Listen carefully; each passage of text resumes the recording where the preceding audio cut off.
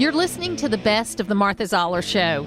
You can hear the show live Monday through Friday from 9 to 11 on AM 550 and FM 102.9 WDUN and streaming at accesswdun.com.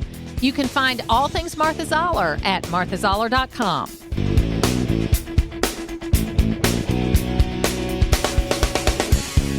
I want to get back to one of the questions that you guys texted in. You said, do political election polls influence voters to vote a certain way? If you have polls showing a certain candidate is favored, how will that influence other voters? I do think people want to back a winner. You know, people want, it takes a lot of guts to be the person that will vote for the guy that has 1% or 2%, and especially if they keep showing up that way and there's no momentum. Now, what we're seeing now is kind of a movement of candidates where you're starting to get some momentum. It's still not enough to win against Donald Trump. I mean, I'm not fooling myself in that way, but you're starting to see movement, and the first votes will not be cast until mid-January, and a lot can happen between now and then. Look, I'm not wishing any bad thing on anybody, but when you have elderly candidates, 6 months or a year is something that, something could happen that would change the makeup of everything. That's why Gavin Newsom's kind of waiting in the wings and making everybody mad, because he's supposed to be doing this debate with Ron DeSantis, which now the Democrat media structure is saying that's disrespectful to the president, that Gavin Newsom would be, debating a potential opponent. But if everybody thinks that Donald Trump's going to be the guy, then really Gavin Newsom debating Ron DeSantis is just a couple of guys that aren't going to win debating each other. And so I don't see why they would say it was disrespectful. But I do know why they say that, because they're afraid they're both going to look good. That the two of them, who are policy wonks, young, attractive, with young families, are going to debate, and they're going to show America what they could have versus what they're getting in Joe Biden. And I really think much more than Donald Trump, Joe Biden is the one that people are uncomfortable about. I know that the media wants you to think that that all of us are just horrified with Donald Trump. I'm just kind of numb to Donald Trump at this point in time. And I think a lot of people feel that way. But I am horrified by the thought that Joe Biden, who, if you've noticed recently, Jill is by his side all the time.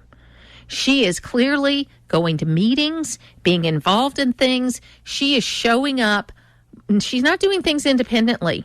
She is with him all the time to make sure he goes the right place, does the right thing, does all the kinds of things that are out there. I think that, it's a real, it kind of reminds me. And again, we didn't have social media. We've been through this before when Woodrow Wilson had a stroke.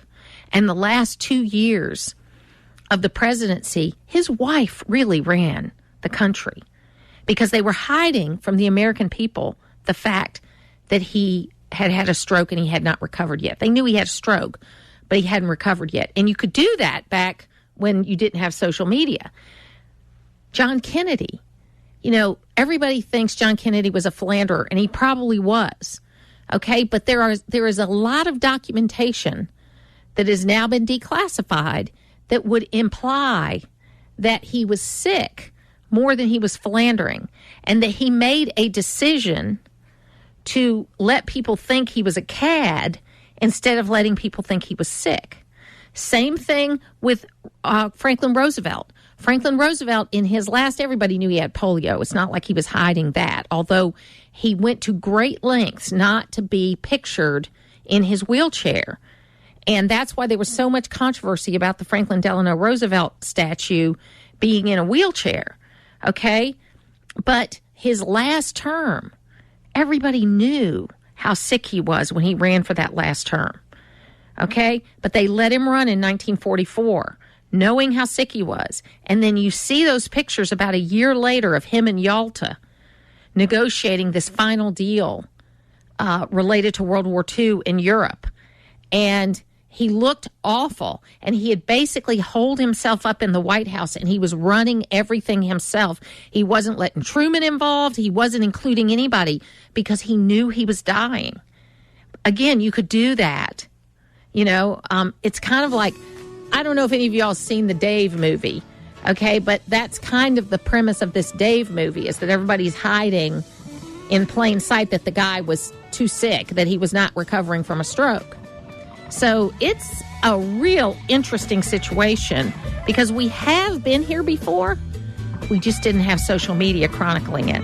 It's where North Georgia comes to talk. It's the Martha Zoller Show on AM 550 and FM 102.9 WDUN.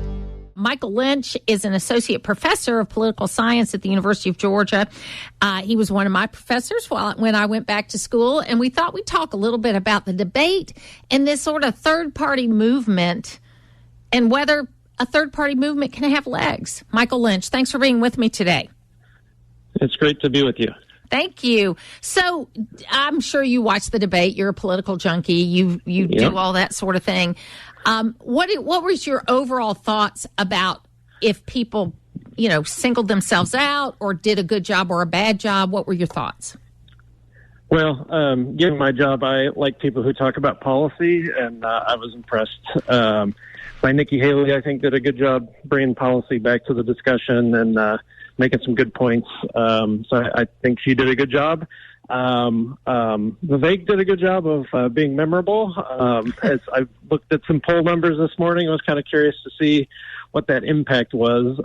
I don't know that it helped him very much, but he was definitely someone new to everyone and definitely had some shining moments on the stage. So when you looked at those numbers, were there any changes, or is it too soon to tell?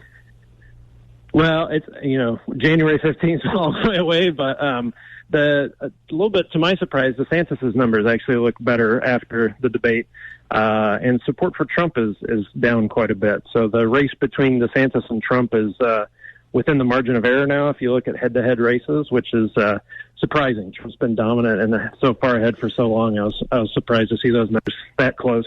I thought that Governor DeSantis did what he needed to do to kind of show that he was more than just, the guy we've been seeing. He is a little stiff. I mean, he's not as comfortable talking about things, but he's good in certain situations. Like yesterday, you saw him in his role as governor because they've got a hurricane coming. And he's had a number of those situations he's had to deal with. And in those kind of situations, he's great. I mean, he gets out there and he looks presidential, if you will. He looks like he's in charge and that he's calm, cool, and collected. Yeah, and on the debate stage, he had the disadvantage of being the front runner that was there. So I think that put a little extra pressure on him. I was a little surprised the other candidates didn't go after him a little more. They seemed to be focusing on Vivek a little bit more. But he's not super strong on the debate stage. But like you said, I think he's does well in situations like canceling all his events this week to make sure he's back in Florida for the incoming hurricane, and he'll have some opportunities to show his leadership there. Vivek Ramaswamy, I think, is very interesting, and I've had a couple of conversations with him and talked to his team a lot. And what I find interesting about it is he's a very smart guy, very young. I mean, if you've amassed a $630 million fortune by the time you're 38, you're probably not a dumb guy, okay? So he's very smart. He has accomplished quite a bit. I think while I like the fact that he's not one message and that's all you hear. A lot of very schooled politicians, that's what they do. They have their one thing they go back to on everything. But sometimes when he starts pontificating about things, he scares me because it shows that he doesn't really understand the implications of what you say. Yeah, and I think that showed itself on some of the comments he had about Ukraine and some of the economic comments I've seen him make at other times. You can tell he's new at this, at least this part of it. One of the numbers that really popped to me in the early poll I was looking at is among the people who thought he won the debate, 60% of them still plan to vote for Trump. And you compare that to people who thought Nikki Haley was going to win or people who thought Nikki Haley won the debate or DeSantis won the debate, their majority of those people want to vote for that candidate. So I thought that was interesting that even people who thought he did well were still kind of seeing him as a Trump substitute or someone who had views similar enough to Trump that it wasn't a distinct difference. I loved the 50-second clip from Nikki Haley, and I've played it multiple times, where she's talking about who caused this problem that we have with spending. And she said it was our Republicans, and then named 3 people on the stage that had voted for that sort of thing. I think that's a great general election message. I don't know if that helps you in a Republican primary. Well, as someone who teaches students about budgets and deficits, I was glad to hear someone blame both parties, because obviously that is how we got in this situation. No one party gets to raise spending or cut taxes by themselves. So that was refreshing for me as a teacher. But it is one of those issues that both parties historically blame the other party, and that's pretty successful campaign strategy. It was again, like you said, just giving a talk that I really like is not always a great way to win an election. It's true. So. It's like I was watching the Democratic debate in February 2020, BC, before COVID, with my uncle, who was 97 years old and an immigrant, had immigrated here from India. And he was very liberal in his political leanings, really. And he'd tell you he's passed away since then, but he said he had seen revolution and he knew what happened when the masses rise up. And he's liberal because he doesn't want that to happen here. But he asked me, if you had to vote for somebody on this stage, who would you vote for? Because he and I had great political debates. And I said, the problem, Uncle Greg, is somebody that I would like in a Democratic debate couldn't get through a primary. So the people that I like are the more moderate people. If I liked Amy Klobuchar. I liked the way she presented herself. And of course, I like to see women get elected. That's kind of my thing. And so I like when women candidates stand out.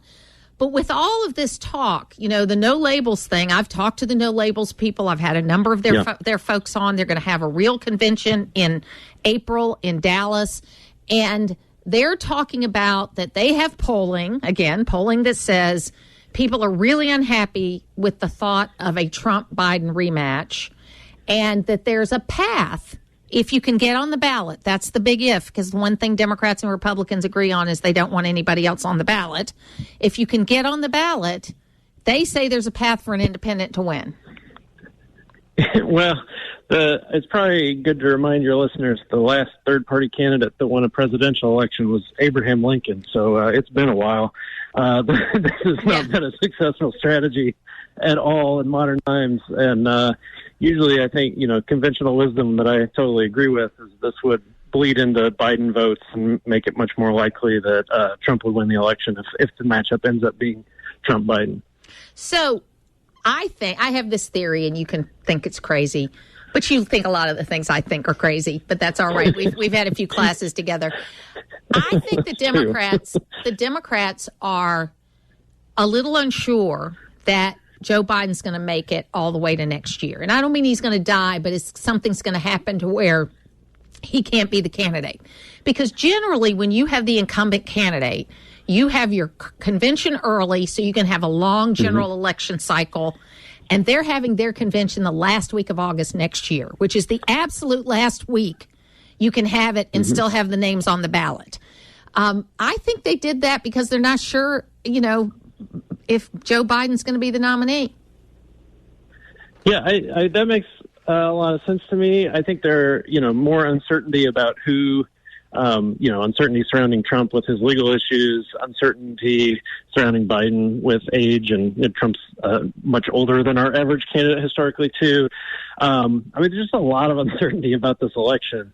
And so that makes sense that I don't know that Joe Biden's going to be especially good at being on the campaign trail. That was something that he didn't really have to do in the last election. Shortening that season might make sense for the reason you stated. And he's gotten so much worse at the podium. George Bush was not the greatest guy to get in front of people, but as time went on, he got better. He got better. He actually, in my view, wrote the best post-presidential book, because his book, Decision Points, wasn't here's a biography of me. It was, here are the 10 toughest decisions I had to make, the pros and cons, and why I made the decision I made.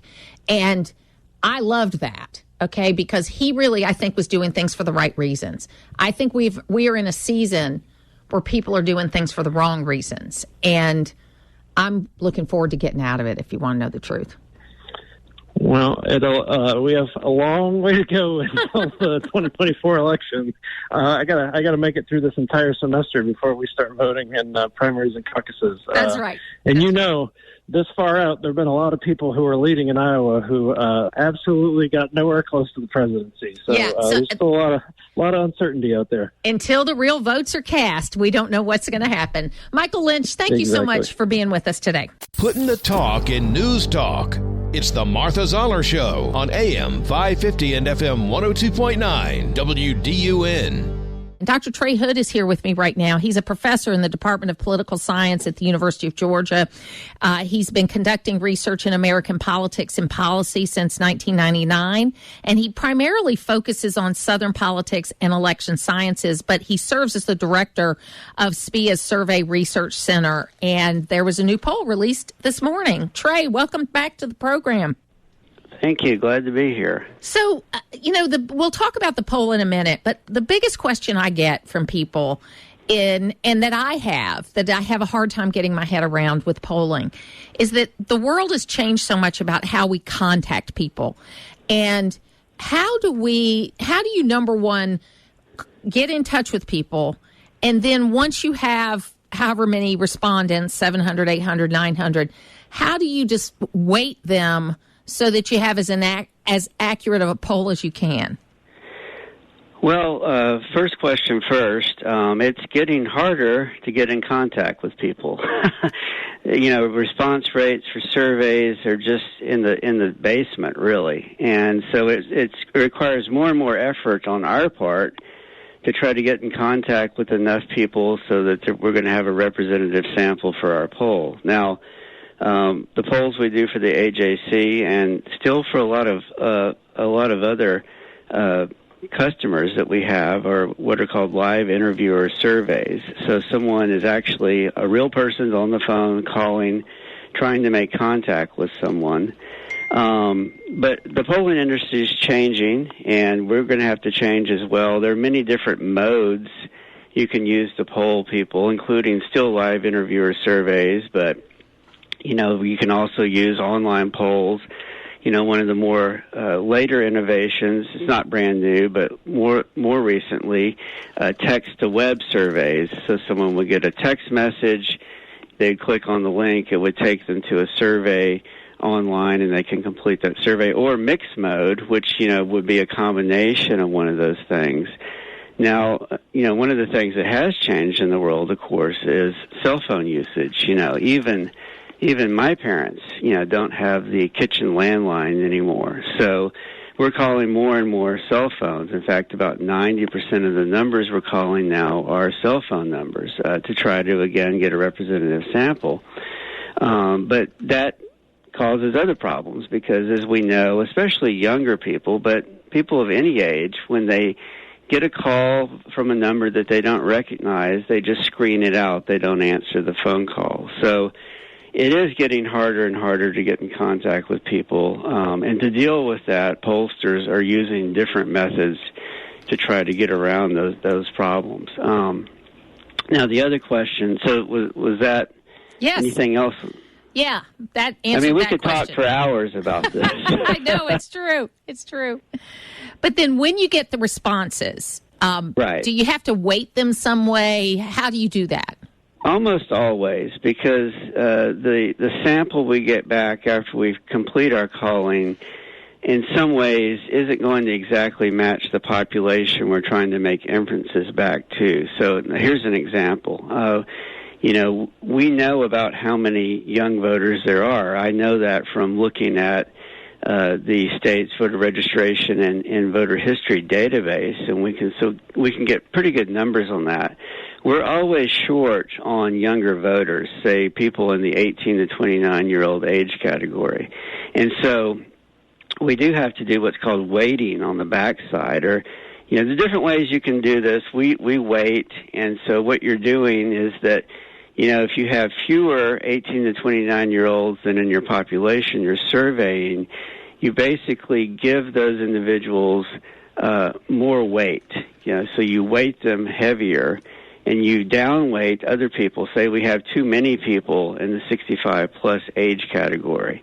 And so weighting can be quite complicated mathematically, but intuition-wise, it's pretty easy to understand that we're just going to give someone in the 18 to 29-year age category more emphasis or more weight, and we're going to give other people less weight so we can sort of balance out what our sample looks like in terms of what we know about the population. And that's very critical in an election poll, in a poll where we're trying to produce an outcome or a prediction about what an election is going to be, because you're not only trying to get an idea about vote choice that people are making, but you're trying to get an idea about the turnout model. And so weighting is very critical in those kinds of polls. So in 2002, Andrew Young was thinking about running for Senate, and so he came and did an interview here and in a lot of other places around Georgia. And I'm sure he said this in many venues, but when I was interviewing him, he made the comment, desegregation and air conditioning made the South rise again. And you specialize in Southern politics. We've got it seems like this huge movement to the South and Southwest. With the exception of California, people are moving out of California. And I don't know if you can consider California Southwest. They kind of are on their own. Is that making a change in how politics happens? Because it does seem like these warmer climates, the climates where there's more freedom in the way government's done, you can give a million different reasons why people are moving from the Northeast and the Midwest to other places. But is it changing our politics? Well, for one thing, that pattern has been going on a long time. I mean, there's been population movement from the Northeast and the Rust Belt to the South, to the Southeast, and then to the West. And then more recently, you're right, there has been an outflow from California to places like Texas, and from New Jersey and New York to places like Florida. So, yes, it can change the politics of a certain area, contextually speaking, depending on who's moving where.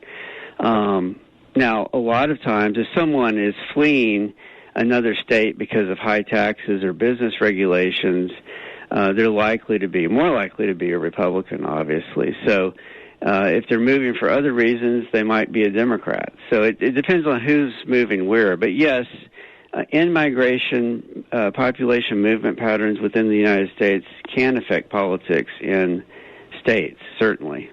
This next election cycle will have a presidential race, and then there'll be, I think, a public service commission race that'll be statewide, and then everything else will be Congress and no senators. So it's going to be a very regional kind of general election. I mean, you will have a presidential, and you'll have a PSC, but not the big draw, Senate races that we've had in the past.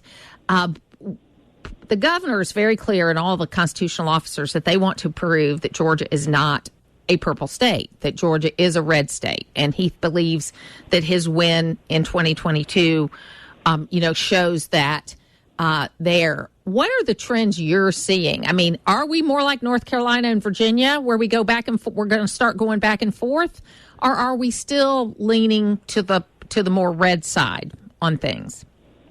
I think as a state, probably we're more center-right than, say, Virginia. Certainly, I've got Virginia sort of in the light blue category at this point because they've been more consistently electing Democrats. I mean, of course, Youngkin got elected governor, but there's a question about whether that's just an aberration at this point. Again, there were issues with the candidates running in the last Senate election. So I'd like to see a couple more election cycles before we can really make a call on whether we've definitively moved into sort of the purple category. Now, certainly I view the presidential election as being competitive. I mean, just based on what happened last time. And, of course, if Trump and Biden are running again, I view that to be very competitive because we've seen a number of Republicans, or enough Republicans, certainly in the last presidential election, either not vote for Trump or possibly vote for someone else to make a difference, to where Biden actually won, obviously, by about 12,000 votes. So, we'll see. Some of this may be based on the candidates running more than the political complexion of the state, if that makes sense. It's local radio, and that's why you're listening. It's the Martha Zoller Show on AM 550 and FM 102.9 WDUN. We are so happy to welcome to the program Congressman Andrew Clyde. Andrew, welcome back. Hey, Martha, great to be with you. Thank you. Thank you. I'm 12 days out from my knee replacement, and I am, like I said, sitting here with ice on my knee, doing great. Well, I certainly wish you all the best. I hope it goes exactly the way it should, and everything gives you your mobility back. Amen. Amen to that. All right. So a lot is happening, right now. And I think there's a lot of noise around all the things that were happening. So I wanted to just give you the opportunity, because you're spearheading a couple of initiatives in the Congress. I'm assuming y'all are getting back like next week, but there's obviously work going on. So why don't you just give the folks the lay of the land first, and then we'll get into the issues. Well, thank you, Martha. Well, first off, the greatest power that Congress has is the power of the purse, and that is funding or defunding something. And the apex of our power begins at the beginning of every fiscal year when we do the budget for that particular, for 2024. And so I think it's very important that people, that American citizens, get to decide who is our next presidential, or who's going to be our next president, and not some Democrat prosecutor, some Democrat judge, or some Democrat jury. They don't get to decide that. We, in American people, we get to decide that. And so what my amendment does is, because what we're seeing right now is presidential prosecution, something that has never happened in the life of our nation. We've never had a prior president or a sitting president prosecuted by the law for criminal activity. And so, especially when this particular person is the leading contender of the opposing political party. So you have the Biden administration weaponizing the Department of Justice to prosecute Donald Trump, to try and throw him in jail and take him out of the election. And we can't allow that. So I'm introducing an amendment to defund the prosecution, not the investigation, but the prosecution until after the 2024 election. And that defunding both goes at the federal level, and it would be federal funds to the state level as well for any state or local prosecutor that decides to prosecute a major presidential candidate. Yeah, that was the question that I had, because in the case of Fulton County, which would be the one that, while certainly you're concerned about what's happening around the country, the one that's kind of in your purview of where you represent is the one that's in Fulton County. You don't represent Fulton County, but you're in Georgia. So what federal funds would be involved in that one, as she's a Fulton County district attorney? Well, I think everybody gets federal funds anyway. Everybody gets federal funds, and so they're going to have to make a decision. When this amendment passes, it gets into the Justice Department's appropriations bill and gets signed into law for the budget for 2024. They're going to have to decide, all right, are we going to forfeit federal funds in order to do this? And depending upon the level of federal funding that they get, and every agency gets federal funds in some way, shape, or form, but this would deny all federal funds. They're going to have to make that decision. And I think that will be a pretty powerful motivator to cease the prosecution until after the election, because as we have seen, this prosecution is purely political. It's 100% political.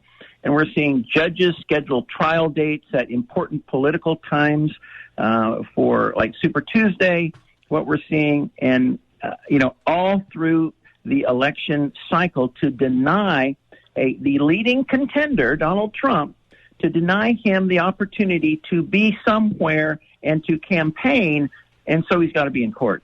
I mean, that is clearly it's a Rubicon we should have never crossed, and it doesn't matter what you think about the former president. It doesn't matter what you think about his tone or his tactics or anything else. If the thing is that you want to beat Donald Trump, you should beat Donald Trump at the ballot box. You shouldn't be using prosecutorial tools to try to beat a political opponent.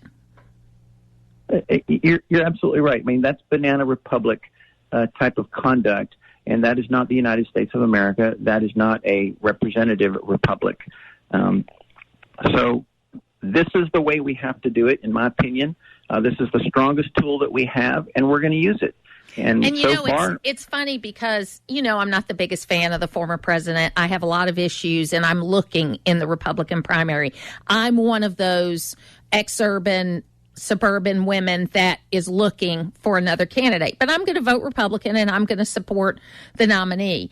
Shondell Summer, who's in with me on Fridays, said when the indictment came down from Georgia that she, one, hoped that Donald Trump would win, and two, that this is looking a little bit like double jeopardy and piling on. So even among liberal attorneys, and Shondell's a liberal, she's an honest liberal.